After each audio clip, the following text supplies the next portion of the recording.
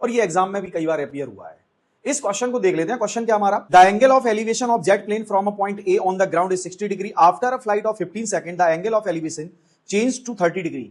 मतलब पहले जो एंगल था, जैसे कोई ऑब्जर्वर है किसी जेट प्लेन को ऑब्जर्व कर रहा है, ठीक है, किसी जेट प्लेन को ऑब्जर्व कर रहा है, तो फर्स्ट टाइम पर जो उसकी फर्स्ट साइड थी उस टाइम पे 60 डिग्री था, और थोड़ी देर बाद मतलब 15 सेकंड के बाद वही टाइम जो है, सॉरी वही जो एंगल है, एंगल ऑफ एलिवेशन, वो कितना हो गया, 30 डिग्री हो गया।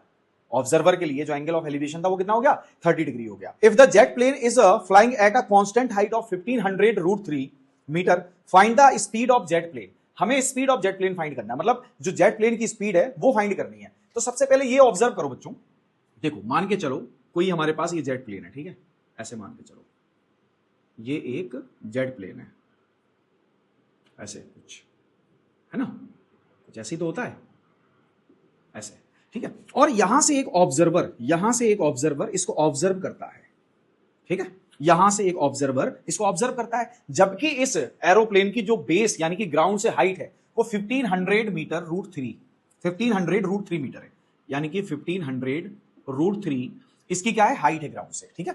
अब यहां ग्राउंड से इसको ऑब्जर्व किया तो एंगल ऑफ एलिवेशन कितना है बच्चों, एंगल ऑफ एलिवेशन उसने बताया हमको 60 डिग्री है, ठीक है।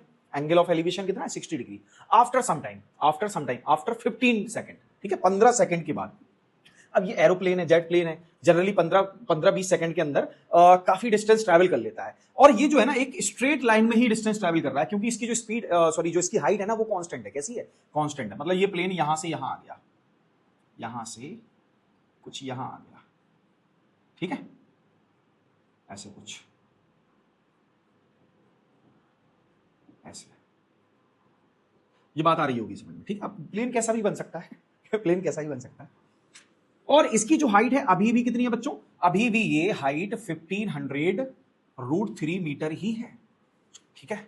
और यहां से जब उसको ऑब्जर्व किया जाता है, क्योंकि जैसे आप जब छत पे खड़े होते हैं तो एरोप्लेन या हेलीकॉप्टर निकलता है तो आप अपनी छत पे ही रहते हैं और वो देखते हैं कि वो देखो वो जा रहा है ऐसा कुछ बोलते हैं ना, है ना। ये कई बार ऐसा हुआ है, मेरे साथ भी हुआ है, आपके साथ भी हुआ होगा।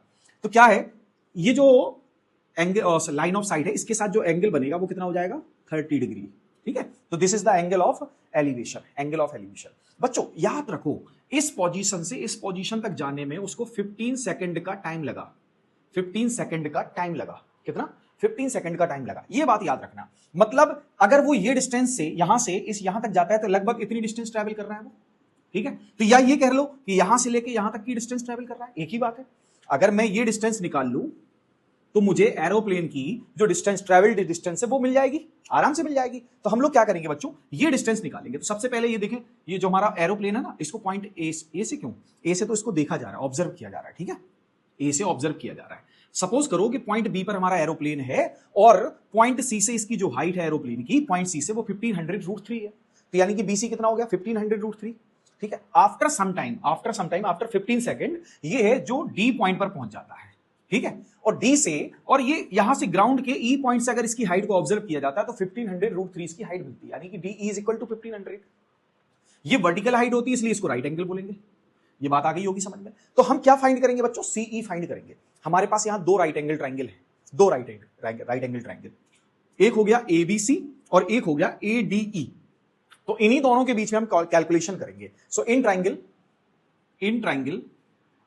एबीसी बच्चों देखो ये परपेंडिकुलर है, निकालना हमें सीई है, सीई एक बेस का ही पार्ट है, यानी कि अगर हम एसी निकाल लें और एई निकाल लें, एसी फाइंड करें और एई फाइंड करें, एई से एसी सबट्रैक्ट करेंगे तो हमें सीई मिल जाएगा। इसका मतलब हमें बेस फाइंड करना है। तो बेस और परपेंडिकुलर के बीच में कौन सा ट्रिग्नोमेट्रिक रेशियो होता है, tan थीटा, ठीक है। तो यहां पर कौन सा रेशियो लगाएंगे बच्चों, tan थीटा। लेकिन बट हमको एंगल क्या दे दिया, 60 डिग्री दे दिया। So tan 60 is equal to BC upon AC, ठीक है। अब ये हो जाएगा tan 60 की वैल्यू क्या होती है, √3। BC कितना है 1500√3 अपॉन AC कितना है बच्चों, AC हमारे पास गिवन नहीं है, ये अननोन है। सो AC इज इक्वल टू 1500√3। देखो ये इससे मल्टीप्लाई होगा और ये यहां डिवाइड में आएगा √3, सो ये cancel out. So AC is equal to 1500 metre. तो हमारे पास AC आ गया 1500 मीटर। अब क्या फाइंड करें, AE फाइंड कर लेते हैं बच्चों। क्या फाइंड कर लेते हैं, AE फाइंड कर लेते हैं। So in triangle ADE 10 30 equal DE upon AE। भाई यहां पर भी तो हमें AE ही फाइंड करना है जो कि बेस है और परपेंडिकुलर गिवन है, तो यहां भी tan थीटा ही लगेगा। ठीक है, तो tan 30 is equal to DE upon AE। तो tan 30 की value 1 upon root three, 1 upon root three, DE हमारा 1500 रूट थ्री अपॉन क्या बच्चों, AE। सो देखो यहां से आप ऑब्जर्व कर सकते हैं कि AE का मल्टीप्लाई 1 से होगा, रूट थ्री से हो जाएगा, तो यानी कि 1500 इंटू थ्री, रूट थ्री से मल्टीप्लाई कितना होता है 3, तो 1500 इंटू थ्री मतलब 4500। सो AE इक्वल 4500 मीटर। तो AE आ गया बच्चों। हमें फाइंड क्या करना है, CE। हमें फाइंड क्या करना है, CE। भाई CE क्यों फाइंड करना है, क्योंकि हमें फाइंड करनी है स्पीड, और स्पीड तभी मिलेगी जब इस प्लेन ने B से D तक जाने में जो डिस्टेंस ट्रेवल की होगी उस डिस्टेंस को इस टाइम से डिवाइड करेंगे तो हमें स्पीड मिल जाएगी। तो हमें एक्चुअल में चाहिए क्या है, BD चाहिए। BD किसके इक्वल है, CE के इक्वल है। तो CE निकालने के लिए क्या करेंगे, ध्यान से देखो बच्चों, AC क्या होगा, AC plus CE is equal to होगा AE। ये तो पता है ना, ये वाला पार्ट प्लस ये पार्ट क्या हो जाएगा, AE के इक्वल। अब हमारे पास CE फाइंड करना है, सो ये हो जाएगा AE minus AC। So CE is equal to 4500 minus 1500। So CE is equal to 3000 metre. ये डिस्टेंस आ गई CE आ गया। अब क्या फाइंड करनी है बच्चों, स्पीड फाइंड करनी है। So speed of jet. अच्छा, स्पीड का फॉर्मूला क्या होता है, डिस्टेंस अपॉन टाइम टेकन। ठीक है, तो डिस्टेंस कितनी है बच्चों हमारे पास, 3000। भाई प्लेन ने पोजीशन B से पोजीशन D तक जाने में 3000 मीटर ही तो डिस्टेंस ट्रेवल की है, और टाइम कितना लगा उसको, 15 सेकेंड, 15 सेकेंड। सो ये हो जाएगा हमारे पास 200 metre per second. This is the speed of jet plane. ठीक है बच्चों, तो समझ में तो आ गया होगा। अगर बच्चों आपको भी ये क्वेश्चन समझ में आया है, ये सॉल्यूशन क्लियर हो गया है, तो बच्चों वीडियो को लाइक करें, चैनल को सब्सक्राइब करें, साथ ही साथ बेल आइकन को जरूर दबा लें ताकि आने वाले ऐसी क्वेश्चंस के नोटिफिकेशन आपको मिलते रहे। Thank you.